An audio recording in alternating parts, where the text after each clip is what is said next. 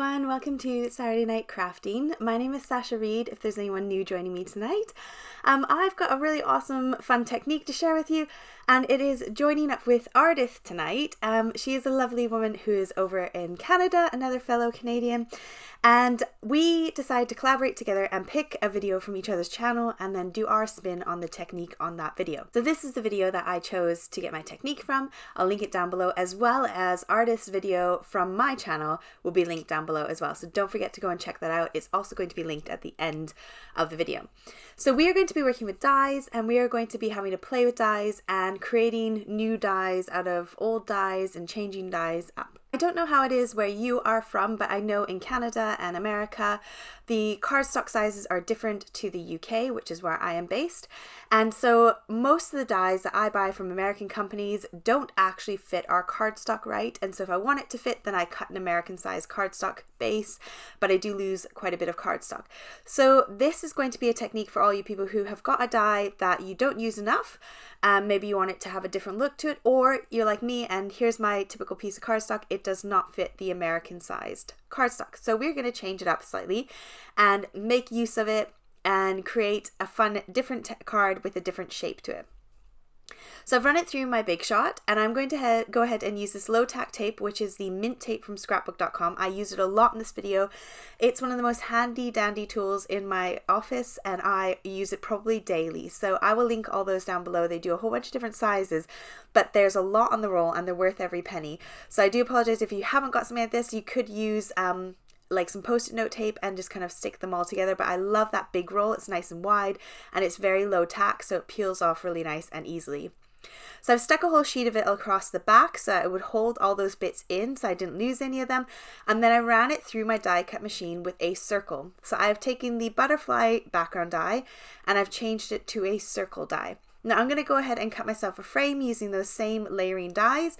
I'm using these layering dies a lot in this video, so if you've got any layering dies in your stash, this is fantastic for using them and creating a whole bunch of different cards with them. I've cut myself an outline layer so it kind of gives that border feel to my new die cut. So sometimes when you have these big background dies, they have a nice border around the edge, and that kind of makes it feel more complete. And I wanted to have that because when I peel off all the excess here, you can see that I've got no edge to that die, and it just kind of makes it feel, I don't know, a bit naked maybe, I'm not sure.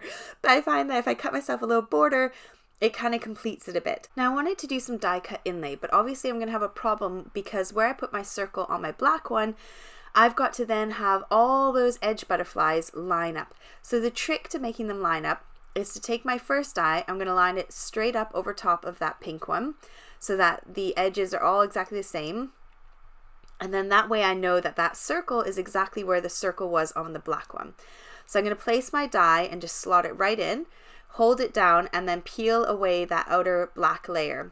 So that now I've got my die exactly where it was on the black layer, so that when I do the die cut inlay, all my butterflies will fit perfectly in that circle. And then this is great because now it gives us a 2-for-1 option as well. We can now go ahead and make a second card using the scraps left over from this one. So I'm taking my homemade DIY pick-me-up tool, which is just blue tack on the end of a chopstick, and I'm lifting out those pieces. I like to put the glue inside the holes of the die cut so that when I inlay the pieces, it's not so messy and sticky. There's that first card where I did some pink foil card behind, and then on the second one I did some holographic card and I did that border again, and I think the second one looks a lot better. It kind of lines up a bit better.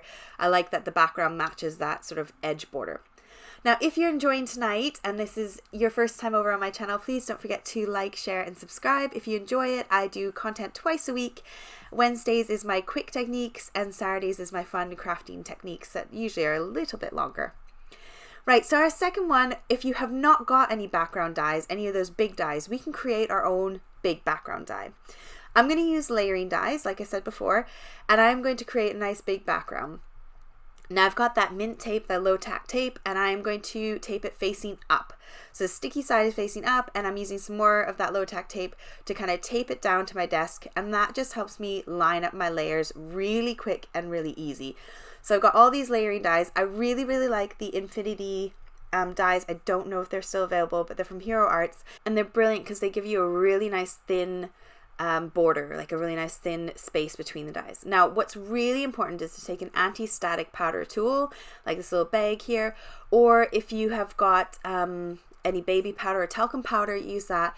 We want to make sure that in between all those dies is not at all sticky, because even though this is low tack paper, it will make the dies kind of get stuck in there, and we don't want to have to be removing the dies from this pattern because we're going to cut several sheets of cardstock. So I have gone ahead and made sure that it's not sticky at all on the inside of those dies, and then I'm going to take some packing tape, and this is my little trick, because I find if you run these dies stacked together like this through your machine, your die cut machine, a few times over, you'll find that that low tack tape will warp and your dies will shift and they'll wiggle about, and then you won't have even bordered circles, if that makes sense. So I'm going to add packing tape on the back. That makes it nice and durable, and it will last through all these colors. This is a new paper pack. I think it's the Brights collection from Spellbinders. I just got it in my stash the other week, and it's a really nice thick cardstock. So I'm going to do one of every single one of these colors, and then I'm going to have some fun making some rainbow patterns. And this is where my big shot broke. I don't know if you remember a few months ago, I was like, oh, I can feel it's on its way out. It's bending. And while I was doing my die cut video where I am die cutting like a madman, it said goodbye. So I'm going to have to invest in a new one of these at some point. But my friend Wendy kindly gifted me this, I think it's a Spellbinders machine last weekend, because she asked if anyone wanted it when we all got together, and I said, ooh, I think my machine might die soon. So a huge thank you to my friend Wendy for giving me this machine, because it meant that I could finish this video for you and I didn't have to worry or panic about not having a die cutting machine to hand. So I've gone ahead and cut out all those circles, and now I'm going to start layering them on to another piece of paper so that I can then die cut them again as if they were a giant background. So I've measured my circles, and I'm cutting myself little pieces of paper that are 4 by 4 inches. This is just copy paper, nice and thin, so that I can die cut through it again. I'm using this scrapbook.com double-sided adhesive.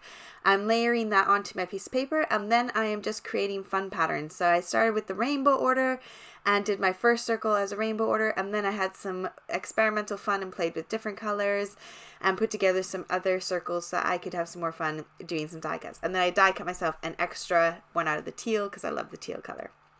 Now I had this set in my stash as well, and I decided to have fun with that. It doesn't cut the outside, it just cuts holes. So I layered them all together exactly the same way I did before and ran them through my big shot. Well, ran them through the new machine, I should say. Now for the first one, for the first rainbow, I decided to die cut out a flower. So I now got my die cut on die cut layers where I've got my circles, but I've made a flower out of them. For another one, I went ahead and used this background panel die and die cut into it. So I've got this gorgeous pattern in my little background of circles. And then for a few of them, I decided to cut some words out. So I've got the giant birthday and the giant thank you from Fawn. These are some of my favorite dies. They work so well on everything, and you don't have to worry about lining up dies. They just cut your sentiment out for you in one go. So again, I kept all my spare pieces ready to go so I could get 2 cards out of the one die cut. This one, however, I'm a bit gutted because I popped it all out, and I love how it looks with all those dotties, but I didn't pay attention to all the little faffy bits, and I did lose some of them, which you'll see at the end when I share all my finished cards with you. So I've got that die cut on die cut look here, and you could always line it up over white, or in my case, I lined it up over a foil card in the end. For another die cut on die cut look, you can take your die cut words and run them through a panel die if you've got something like this to add some texture into that die cut as well. So this one looks quite cool because it hasn't actually put any holes in it, but you get a very similar look to that first happy birthday, which has all the holes in it, where it's just kind of given some perforation rather than the holes. So let me show you now how you can finish these and put some of them into cards. So the first thing I did was dig out some extra sentiments because I was a bit done with die cutting. So I have these ones in my stash as well as another set which you'll see in a second. And they're perfect for finishing off cards without having to die cut. And I don't have a foil machine, so this gives a really pretty foiled look without having to actually own one of them. So I did birthday hugs and best wishes, just popped them up on some foam and stuck them onto the front of my cards. And I might add some gems to those ones as well. I've got this second set of foiled sentiments from Pink Fresh Studios, and for this one I decided to use that flower, and I did a thank you card. I added some of my scrap strips around in the background underneath it, and then I've got that leftover bit there on the right, which I'm going to save for another card in future. Now for the one that I did with the perforations on that circle, I decided to do the whole background as well. And then it kind of looks like it blends all together. So I've got the perforations on the actual die cuts, and then I've got them in the background. I took the happy birthday sentiment, used some holographic card and popped them up 3 times. So I've got some dimension. Now all my holographic card comes from a shop in the UK, and it is fantastic. I absolutely love this shop, and they do ship worldwide. Now these 2 cards I absolutely love.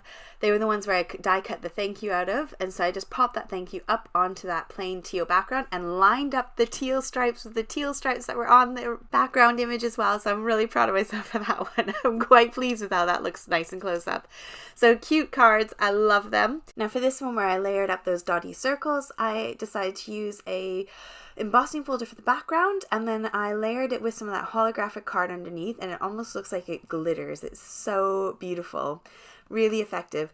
Now for this one I inlaid the perforated sort of background happy birthday into the dotty circles, and I lost some of those bits, so I'm gonna have to find a clever way, like maybe put some flowers there or something instead, but I've lost some of those inner bits, so I couldn't quite do 2 cards for one out of that one, which is a bit gutting. Then I had this one left over, so I just laid some stacked die cuts on top, and that finished off that card. So a whole bunch of cards, a whole bunch of inspiration for you tonight. Really hope you enjoyed this one. Don't forget to check out Ardyth's video, which is linked at the end of this video, as well as in my description box for you. I hope you guys have a fantastic rest of your weekend, and I look forward to seeing you again on Wednesday. Bye for now.